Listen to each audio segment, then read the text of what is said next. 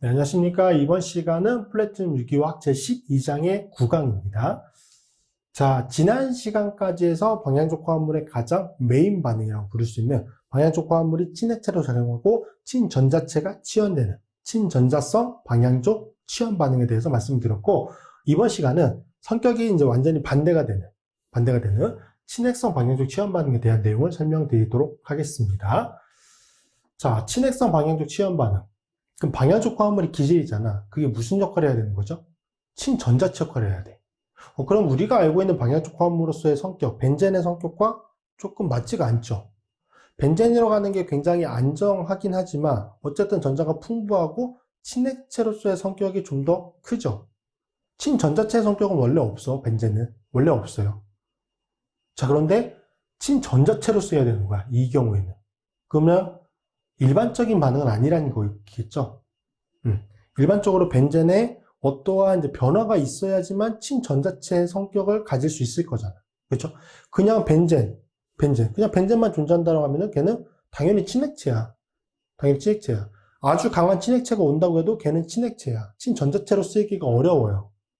그러면 그 벤젠이라고 하는 일단 기질에 어떠한 변화가 있어야지만 친전자체 성격을 만들어낼 수 있겠죠.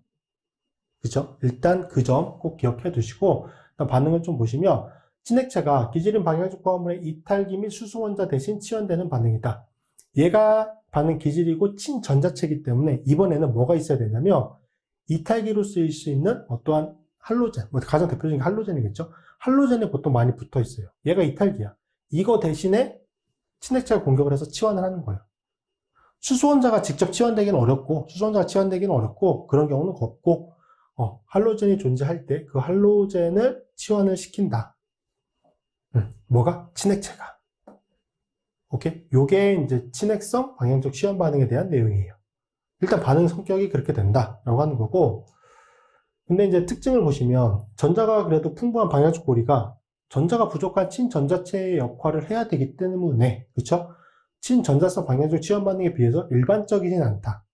그래서 이 벤젠 고리가 친전자체 역할을 할 수 있게끔 어떤 특별한 분자 구조가 필요하기도 하고, 그래도 반응성이 크지 않기 때문에 굉장히 반응성이 큰 시약, 그러니까 친액성도가 굉장히 큰 시약이 필요하고, 반응 조건도 굉장히 격렬한 경우들이 좀 많아요. 그러니까 벤젠이 가지고 있는 기본적인 성향, 그러니까 내가 가지고 있는 성향을 반대로 역할을 해야 되는 거잖아. 반대 역할을. 그러니까 쉽게 생각해서 내향적인 사람이 외향적인 역할을 해야 되는 거야. 그 쉬울까요? 미쳐버릴 거라마. 외향적인 사람이 내향적인 역할을 해야 돼. 그것도 미쳐버릴 거야. 그런 개념인 거예요. 성격이 반대가 된다는 게 그냥 그럴 수 있지 이렇게 생각이 들겠지만 그렇지 않아요. 전자가 풍부한 것과 전자가 부족한 거에 대한 성격은 완전히 극단이잖아. 그러니까 굉장히 극단적인 조건이 필요한 거지. 당연하지 않겠어요? 그 내용 기억해 두시고, 그래서 이제 반응이 잘 일어나기 하기 위해서 어떠한 조건들이 있냐면, 첫 번째로, 방향적 고리에 전자 밑으로 낮출 수 있는 전자 끄는기를 붙여버려요. 가장 제일 많이 붙이는 게 뭐냐면, 나이트로기, NO2기. 혹은 최근에는 CF3기도 많이 붙여요. 근데 이제 고전적으로 제일 많이 붙이는 거는 나이트로기. 나이트로기는 가장 강한 일렉트론을 위드드링 해주는 그룹이잖아. 그래서 방향적 고리에다가 나이트로기를 하나, 최대 3개까지 붙여버려요. 그러면 방향적 고리 쪽에 전자를 많이 끌고 오겠지, 이 치환기들이. 그러면 방향적 고리 쪽의 전자密도가 낮아질 수 있어요. 낮아지는 형태가 될 수 있어. 그러면 뭐가 될 수 있는 거지? 친전자체가 될 수 있는 거지. 맞잖아요. 그쵸? 치환기가 전자를 엄청나게 땡겨갔어. 그러니까 쉽게 생각하면 방향적 고리 쪽에 전자의 밀도가 100이었어. 근데 나이트로기 하나당 전자를 50씩 땡겨갈 수 있어. 그럼 그게 예를 들어 3개가 붙어있다고 쳐봐. 그러면 150에 해당하는 전자를 땡겨가겠지. 100개 있는데 150개를 땡겨간다고. 그러면 어떻게 되겠어? 마이너스가 되는 거잖아. 그러니까 전자 밀도가 굉장히 부족해지는 성격이 될 수 있다고요. 자, 이런 구조적인 특징을 가지고 있을 때는 친액체가 그 방향적 화합물을 먼저 공격할 수 있어요. 친액체가 공격할 수 있지. 왜? 방향적 화합물이 친전자체 성격을 만들었으니까. 그래서 공격을 먼저 해요. 어디션을 먼저 해. 친액체가 어디션을 먼저 해. 그 다음에 이탈기가 떨어져야 되잖아. 이탈기가 떨어져야 되잖아. 그래서 이탈기가 떨어져요. 그래서 방향적 고리에 전자 밀도를 낮출 수 있는 치환기가 붙어있는 그런 구조에서는 어디션, 엘리미네이션, 첨가 제거 반응 형태로 진행이 돼요. 여기는 치환 반응이지만 SN2나 SN1 이렇게 부르지 않아요. 그렇게 부르는 거는 당연히 말이 안 되는 거고 메커니즘적으로도 그렇게 진행될 수가 없고 말했잖아. SN2랑 SN1은 할로젠이나 아릴 화합물, 방향적 화합물에 할로젠이 붙어있는 그 구조는 SN2랑 SN1의 반응 기질이 될 수 없다라고 말씀드렸잖아요. 할로젠 알킬 파트 설명할 때. 그러니까 그렇게 진행되지 않겠지, 당연히. 이게 간혹 치환 반응이니까 SN2인가 SN1인가 이렇게 생각하시는 분들이 있기 때문에 미리 말씀을 드리는 거예요. 자, 그 다음에 이렇게 치환기가 없어. 치환기가 없어. 그럼 어떡하지? 그래도 반응은 일어나거든요. 그럼 이제 어떻게 진행될까를 생각을 해보니까 이렇게 진행됐다는 거야. 벤젠, 즉 여기는 대부분 이런 형태예요. 그냥 할로젠 아릴 형태야. 뭐 이런 것들, 이런 구조. 여기에다가 아무리 강한 염기를 때려놓는다고 해도 얘가 반응이 진행되느냐? 안 진행돼요, 잘. 진행되지 않아. 여기를 직접 치환하는 건 불가능하다는 얘기지. 그럼 어떻게 하느냐? 얘가 방향적 고리의 전자밀도가 많이 낮아져 있는 상태가 아니기 때문에 이거에서 먼저 한 번에 변화가 일어나요. 변화가 일어나.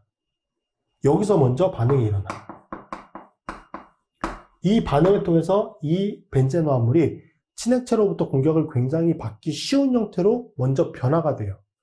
그때 얘가 먼저 떨어져 버려요.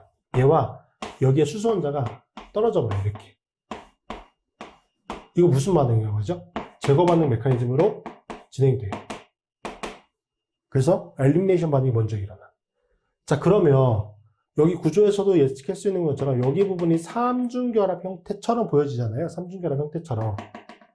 이렇게 되면은 이 화합물은 엄청 불안정해요. 에너지가 되게 높아요. 그래서 친액체로부터 공격을 받기가 되게 쉬워져요. 그러면 반응이 일어날 수 있지. 이렇게 바뀌고 나서 친액체가 공격을 하는 거야. 그러니까 어디션 관계가 두 번째로 오는 거죠. 개념 이해되셨죠? 이 개념만 이해하면은 메커니즘 그리는 거는 엄청 쉽습니다. 얘는. 자, 그럼 첫 번째 어디션 엘리미네이션 반응부터 보시면 얘는 전자끈에 치환기가 붙어 있는 거야. 전자끈에 치환기가 붙어 있어. 이탈기, 대부분 이제 할로젠기가 붙어 있는 그런 화합물에서 전자 끄는 기가 저 할로젠기에 대해서 오소 위치랑 파라 위치에 붙어 있는 거야. 뭐가? 강력한 전자 끄는 기가. 강력한 전자 끄는 기가. 존재하는 방향적 화합물과의 이제 이런 방향적 화합물과 친액체와의 반응이다. 자, 이런 거야. 지금 여기가 할로젠이잖아. 얘가 궁극적으로는 떨어져 나가는 리빙 그룹이 돼요. 그럼 이 리빙 그룹에 대해서, 여기 탄소에 대해서 오소 위치랑 파라 위치, 예를 들어서 여기도 나이트로기가 얘한테 붙어 있다고 하면은 여기 위치에 붙어 있을 때 반응이 잘 일어나요. 메타 위치에 붙어 있으면 잘 일어나지 않아요. 자, 얘는 왜 그럴까요? 왜 그럴까? 자, 친액체가 어디로 공격할까? 얘가 친전자체잖아. 친전자체잖아. 그럼 얘가 친액체로부터 공격을 받겠지. 그럼 공격을 받는 원자가 있을 거잖아. 그 원자가 여기거든. 여기 탄소를 공격하는 거야. 왜? 얘가 이탈기니까. 여기 탄소를 공격해야 얘를 치환할 수 있거든. 맞잖아. 그쵸? 그럼 여기 탄소를 공격하려면 다른 탄소보다 여기 탄소 원자에 뭐가 낮아야 돼? 전자밀도가 낮아야 되겠지. 그쵸? 그래야 여기에 대한 선택성이 있을 거잖아. 친액체가 어디 공격할까 이게 찾다가 여기가 전자밀도가 제일 낮네? 그러면 여기로 공격할 수 있겠지. 여기에 전자밀도를 낮추려면은 당연히 클로레는 전자를 땡기니까 여기에 전자를 낮추는데 기여를 할 거야. 근데 여기에 뭐가 필요하죠? 전자 끄는 기가 필요하잖아. 그래도 전자가 충분히 낮아져 있지 않으니까. 근데 그게 오소 파라 위치에 붙어야 된다고. 왜 그러냐면 여기 나이트로기, 이 치환기가 직접적으로 영향을 미치는 탄소가 어디예요?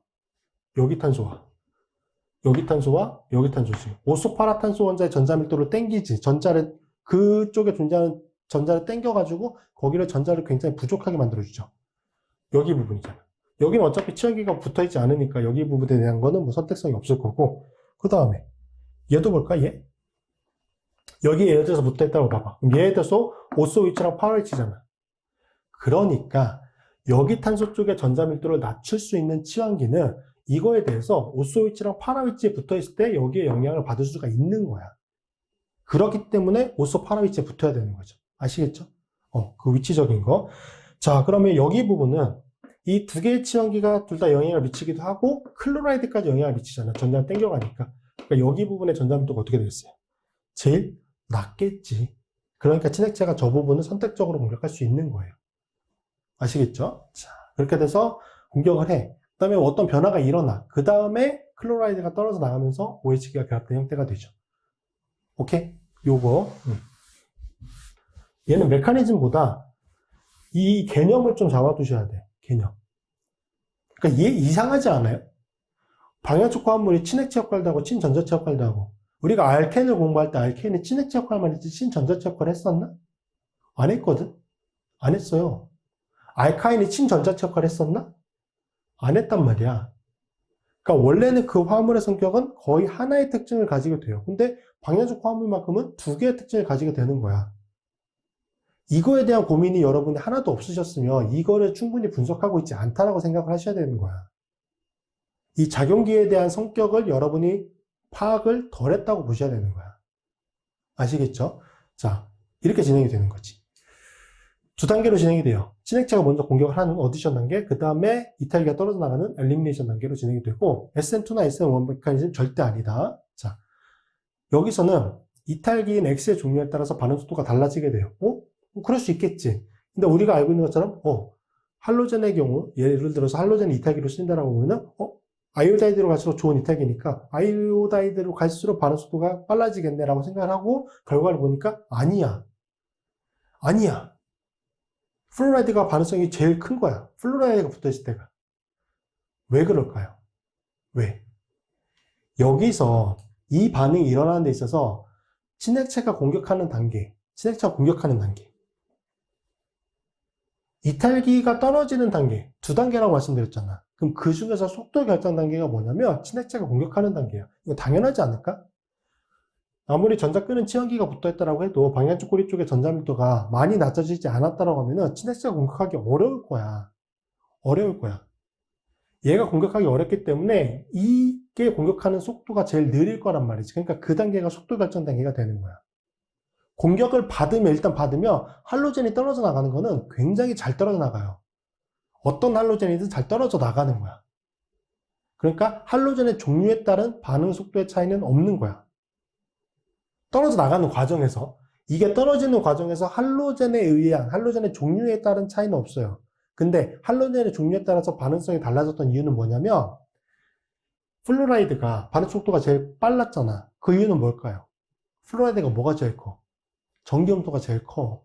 그러니까 여기에 플로라이드가 붙어 있으면 여기 탄소 쪽의 전자 밀도를 제일 많이 낮출 수 있다고. 전자를 제일 많이 땡겨가니까. 아이오다이드는 전기염도가 제일 작잖아. 그러니까 그 탄소 원자로부터 전자를 땡겨가기가 제일 불리하겠지. 그러니까 이쪽 탄소 원자 쪽의 전자 밀도가 제일 높을 거야. 아이오다이드가 붙어 있을 때가. 상대적으로. 그러니까 플로라이드가 붙어 있을 때가 반응 속도가 제일 빠른 거예요. 전자를 제일 많이 땡겨가서 그 탄소 원자의 전자 밀도를 제일 낮출 수 있으니까. 그 단계가 속도 결정 단계니까. 아시겠죠? 이거 좀 주의해 주셔야 돼요. 자, 메커니즘을 보시면 어려운 거 없습니다. 나이트로기 공명 구조도 그려야 되니까 이렇게 표현을 해보면 여기 클로라이드가 붙어 있었잖아. 자, 뭐가 공격했지? 뭐가 공격했나? OH-가 공격을 하는 거야. 자, 요때는 요거를 이렇게 써주시는 게 좋아요. 고리 안쪽에 결합의 배치를 이렇게. 이게 습관적으로 이제 쓰는 방향대로 하긴 하는데, 만약에 이렇게 하면 이제 나이트로게 이쪽에 놓으면 되긴 해요. 근데 뭐 이렇게 그렸으니까 이렇게 표현해 주시는 게 좋지. 그러면 하이드록사이드가 친액체로 작용을 해서 여기 탄소를 공격한단 말이야. 그럼 바로 클로라이드가 떨어져? 그건 안 돼요. 그건 일어나지 않아. 여기 파이결합이 끊어져. 어쨌든 여기 결합을 형성시켜주려면 결합 하나가 끊어져야 되잖아. 파이결합 끊어지기 제일 쉬우니까 파이결합이 끊어져. 그 파이결합이 존재했던 전자가 일로 이동을 하고요. 이렇게까지 이동을 해요. 그래서 OH가 공격을 하면서 이쪽에 산소 원자까지 전자가 이동이 돼서 이 산소 원자가 마이너스가 됩니다. 평행가 되지 않는 건 여기고, 여기 OH기. 그 다음에 여기에 클로라이드가 존재하고, 이중결합이 되죠. 나이트로기. 그 다음에 O-, O- 형태의 중간체가 만들어집니다. 그 다음에, 불안정하잖아. 왜 불안정해요? 방향 속성이 깨졌잖아. 엄청 불안정하다고. 에너지가 엄청 높아져 있다고. 얘가 차질을 가지고 있기 때문에도 불안정하지만, 방향 고리가 깨졌잖아. 그럼 얘는 뭘 하려고 하겠어요? 당연히. 방향성을 회복하려고 하겠지. 그거는 방향적 화합물이 친액체로 쓰이든 친전자체로 쓰이든 다 상관없이 그 성격은 공통적으로 가지고 있죠. 그러니까 뭐라는 거야? 얘가 다시 방향성을 회복하기 위해서는 이중결합 일로 가야 되잖아. 그러면 또 거꾸로 내려오는 거야. 그대로 받았던 대로 그대로 다시 돌려주는 거야. 이렇게. 그리고 여기서 뭘 떨어뜨려버려? 클로라이드를 떨어뜨려버리는 거지. 자, 그러면 여기가 다시 이중결합을 만들면서 벤젠고리를 만들었고, 여기가 OH기가 되고, 그 다음에 여기가 나이트로기가 다시 되죠. 이게 끝. 이렇게 해주시면 됩니다. 어려운 내용 없습니다. 성격만 파악하고 있으시면 뭐 어려운 내용 없어요. 자, 그래서 보통 메커니즘을 그릴 때 저 나이트로기가 존재하면 나이트로기 정도까지는 전자를 좀 올려주시는 걸 추천드려요. 아시겠죠? 그쪽에서 다시 내려오는 걸로 좀 그리는 게 깔끔하고요. 두 번째, 엘리미네이션 어디션 반응이에요. 자, 얘는 전자 끄는 치환기가 존재하지 않는 방향적 화합물의 치환 반응에서 엘리미네이션 어디션 반응 형태로 진행되는 거고, 먼저 제거 반응이 일어난다고 말씀드렸잖아. 그래서 벤자인 중간체라고 하는 걸 만들어요. 자, 얘가 NaNH2 굉장히 강한, 여기 질소원자와 비공유자성 존재하잖아. 그리고 얘는 마이너스 차지를 가지고 있잖아요. 이거 굉장히 강한 염기거든. 친액체로도 쓸 수 있지만 굉장히 강한 염기야. 근데 예를 들어서 얘가 친액체로 쓰려고 보니까 여기 탄소를 공격해야 되는데 전자밀도가 겁나게 높아. 그래서 얘를 직접 공격하지 못하는 거야, 여기 탄소를. 얘가 직접 공격한다는 얘기는 얘가 친전자체로 쓰이는 거고 얘가 친액체로 쓰이는 거잖아. 근데 직접 공격을 못해. 벤젠고리 쪽에 전자밀도가 너무 높아. 그러면 직접 공격하지 않고 여기에 존재하는 수소원자를 공격한 거야. 수소원자를. 그럼 얘가 친액체가 아니라 무슨 역할을 하는 거죠? 염기 역할을 하는 거야. 염기 역할. 염기 역할은 저 벤젠고리를 직접 공격하는 게 아니기 때문에 반응이 일어날 수가 있는 거예요. 물론 그래도 불안정하긴 하지만 그래도 일어날 수 있죠. 여기가 메커니즘 뒤쪽에서 쓰도록 하고, 여기가 이제 여기 수소원자가 공격하게 되면서 삼중결합 형태를 이렇게 만들어줘요. 얘를 벤자인이라고 불러요. 벤자인. 그럼 여기가 실제 우리가 알고 있는 것처럼 삼중결합이냐, sp 혼성화되어 있는 삼중결합이냐, 그렇진 않아요. 180도의 그 각도로 존재하진 않습니다. 삼중결합 형태로 그리긴 하지만. 자, 그리고 이때 이제 이런 중계체가 만들어지면, 벤자인 중계체가 만들어지면 얘는 친전자성도가 굉장히 커져 있어요. 그래서 NH2가 그때는 이제 공격을 해서 결합을 형성하는 거죠. 그래서 첫 번째 제거 반응이 일어나는 거고, 두 번째 과정에서 첨가 반응이 일어난다. 그래서 얘가 엘리미네이션 어디션 반응이고요. 자, 반응의 진행을 위해서 이제 강염기가 필요하고요. 그래서 NaNH2를 제일 많이 사용을 합니다. 자, 각 단계별로 NaNH2의 역할을 좀 구분을 해서 알아두셔야 된다. 첫 번째, 벤자인이 만들어지는 단계에서는 염기 역할을 하는 거고요. 그 다음에 생성물로 벤자인을 공격할 때는 친액체 역할을 하는 거죠. 자, 그래서 반응 기질이 요거였으니까. 자, 브로마이드잖아. 여기 수소원자가 있잖아. NaNH2 마이너스. 이 아마이드 음이온이잖아요. 굉장히 강염기예요. 수소를 공격해요. 이렇게 만들고 이렇게 떨어져요. 메커니즘 되게 심플해요. 얘는. 이렇게 되고 여기가 이렇게. 이게 벤자인이라고 하는 중간체예요. 벤자인 중간체. 그 다음에 여기서 이런 중간체가 만들어지고 NH2 이제 마이너스가 다시 이번엔 친액체로 쓰이는 거야. 이렇게, 이렇게. 물론 여기로 공격할 수도 있지만 그때는 어차피 이제 이건 똑같은 화물이 만들어지니까 한쪽만 표현해 주시면 되고, 이렇게 되고요. 여기로 이제 NH2기가 붙죠. 그리고 이렇게 이중결합이 다시 존재하면서 여기 탄소 쪽으로 마이너스 차지가 생성이 돼요. 그럼 여기가 안정화가 되려면 여기에 수소가 붙어야 되잖아. 수소는 뭐가 제공해? 이거로부터 NH3가 생성이 되거든. 되죠. 그래서 뭐 NH2 형태 화물이 생성이 됩니다. 메커니즘을 이렇게 나타내 주시면 깔끔하고요. 얘는 메커니즘도 물어보긴 하는데 이거보다는 중간체로 만들어진 벤자인의 성격, 그걸 좀 더 많이 물어봐요. 자, 벤자인은 이제 고리 내부에 삼중결합을 포함한 불포화 고리형 불포화 화합물이며 매우 불안정하고 매우 반응성이 크다. 탄소원자는 삼중결합 형태로 보여져서 우리가 sp 혼성인 것처럼 보여지지만 sp2 혼성입니다. sp2 혼성. 탄소화는 sp2 혼성이에요. 이거 굉장히 중요해요. 자, 삼중결합은 그럼 어떻게 sp2 혼성이 되느냐? 삼중결합이 되려면 시그마 결합 하나는 존재해야 되지. 그럼 당연히 여기 시그마 결합 하나가 존재해. 우리가 이제 sp2 오비탈이라는 걸 알고 있으니까 sp2 오비탈끼리의 시그마 결합이 하나가 존재해요. 여기지? 요 결합이 존재하는 거야. 여기 결합이 존재하는 거야. 시그마 결합이. 자, 그 다음에 얘가 삼중결합이 되려면 p 오비탈로 몇 개가 존재해야 되는 거죠? 두 개가 존재해야 되는 거지. p 오비탈이 각각 두 개가 존재하면서 파이 결합이 두 개가 만들어져야 되잖아. 파이 결합이 두 개. 파이 결합 하나는 존재해. p 오비탈끼리의 파이 결합 하나가 존재해. 여기 파이 결합 있잖아. p 오비탈 있고 p 오비탈 있으니까 요것들끼리 파이 결합을 만들었어. 그럼 나머지 파이 결합은 어떻게 만들어지느냐? 이게 만약에 p 오비탈로 존재한다고 보면은 이거에 대해서 수직이니까 바깥쪽으로 이렇게 빠져서 존재하겠죠.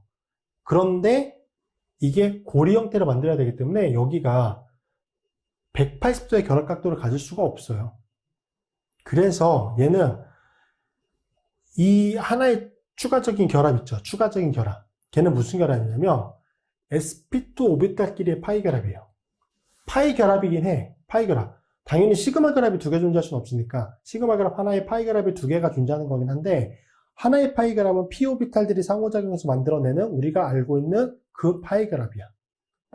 근데 나머지 하나의 파이 결합은 sp2 오비탈이 파이 결합을 형성하는 거야. sp2 오비탈끼리. 그게 어떻게 차이가 나냐면 얘가 되게 약하거든? 자, 파이 결합은 p 오비탈들이 상호작용하는 거잖아. 이렇게 만나면 당연히 결합을 오비탈이 오버랩이 잘 일어나니까 결합이 굉장히 강력하게 만들어질 거야. 근데 sp2 오비탈은 이게 뒤쪽에 보면 평면에서 이렇게 바깥쪽으로 빠져 있어요. 이렇게.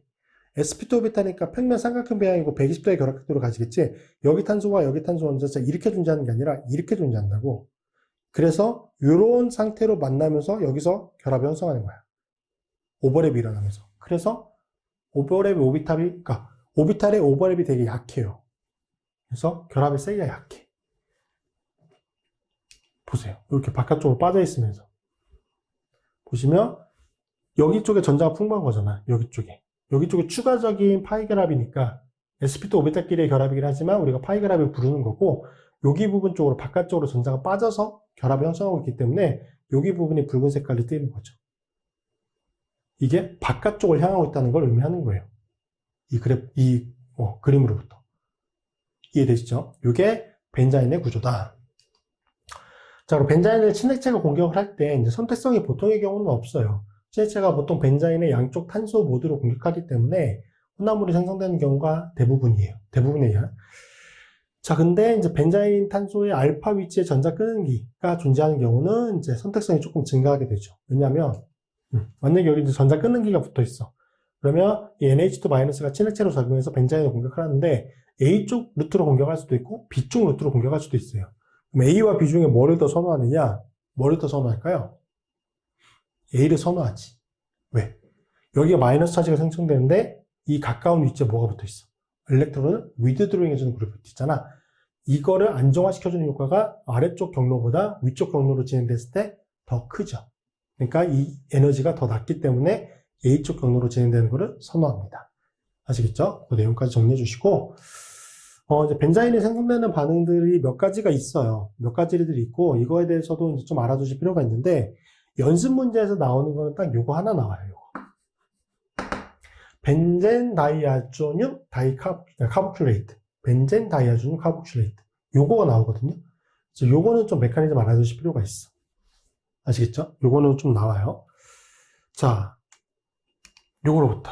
자, 보시면 벤젠 다이아조늄 카복슐레이트의 구조가 이렇게 생성이 되어 있는 거야. 여기가 카복슐레이트니까 O- 형태야. 카복시 산으로부터 만들어져요, 실제. 자, 그 다음에 다이아조기가 붙어 있다고 말씀드렸잖아. 얘는 N2기예요, N2기. 이렇게. 얘가 플러스 형태야.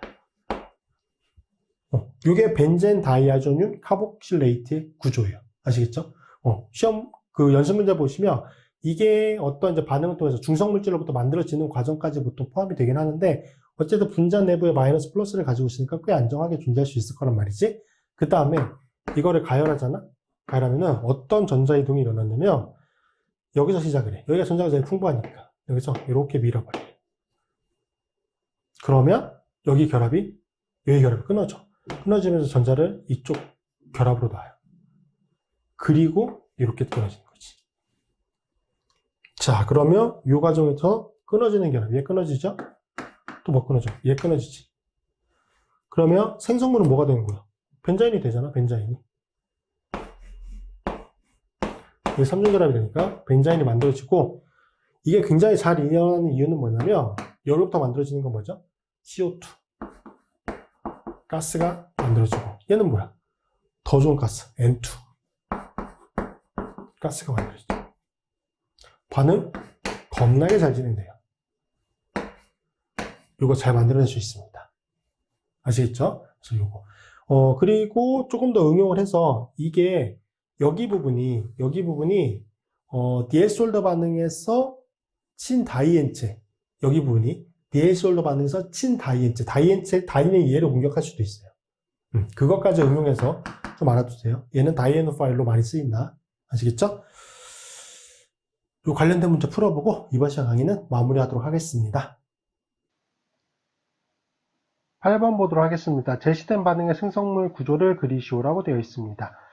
자, 이번에는 이제 방향적 화합물이 친전절체 역할을 하고 친액체가 공격을 하는 거죠. 친액성 방향적 취한 반응이고, 자, 이번 같은 경우는 지금 나이트록이라고 하는 강한 일렉트론 위드드림 그룹이 두 개가 붙어 있으니까 첨가 제거, 즉 어디션, 엘리미네이션 메커니즘 형태로 진행이 되겠죠. 자, 그러면 이쪽에 OCH3라고 하는 친액체가 공격하는 위치는 어디겠어요? 당연히 여기겠지. 자, 어쨌든 이탈기를 치환시키고 결합이 형성돼야 되기 때문에 클로라이드라고 하는 이탈기가 결합되어 있는 쪽 탄소를 공격하게 되고요. 이쪽에 대해서 나이트로기가 오소 8위치에 지향하니까 여기 탄소 쪽의 전자밀도가 제일 낮겠죠. 앞쪽에서 말씀드렸던 내용들이고, 그래서 반응이 일어나서 생성물이 얻어지게 되면은 나이트로기, 이것도 나이트로기고요. 자, OCH3기가 일로 들어가겠죠. 자, 1번의 생성물은 이런 구조를 가지고 있고요. 자, B번은 카보닐기.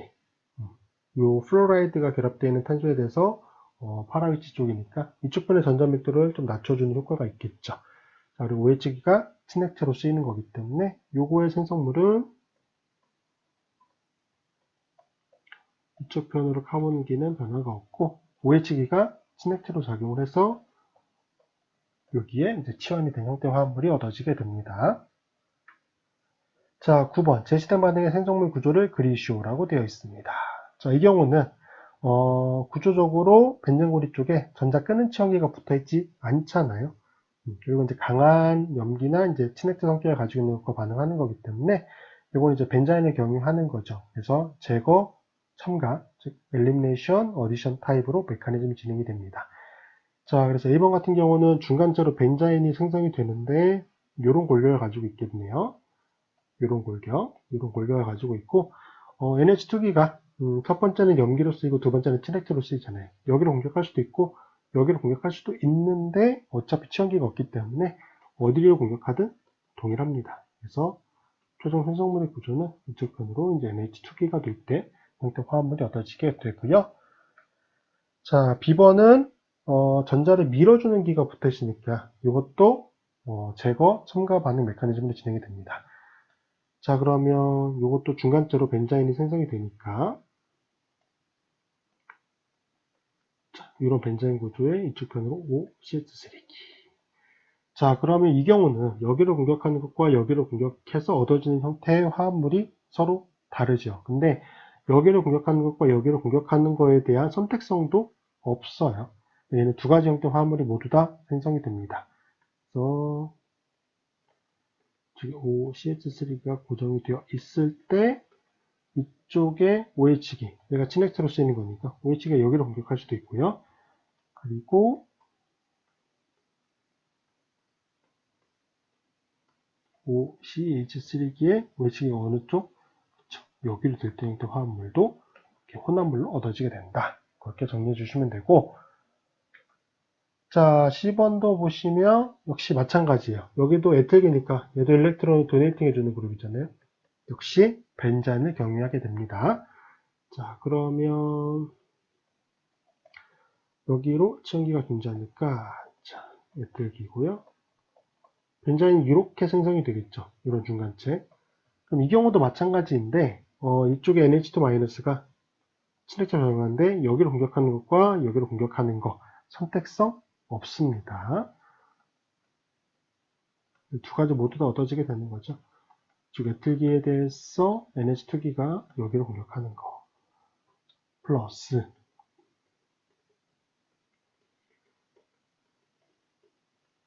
NH2기가 어디 공격하는 거? 그쵸, 아래쪽. 여기 역시 혼합물로 얻어지게 된다. 그렇게 정리를 해주시면 될 것 같습니다.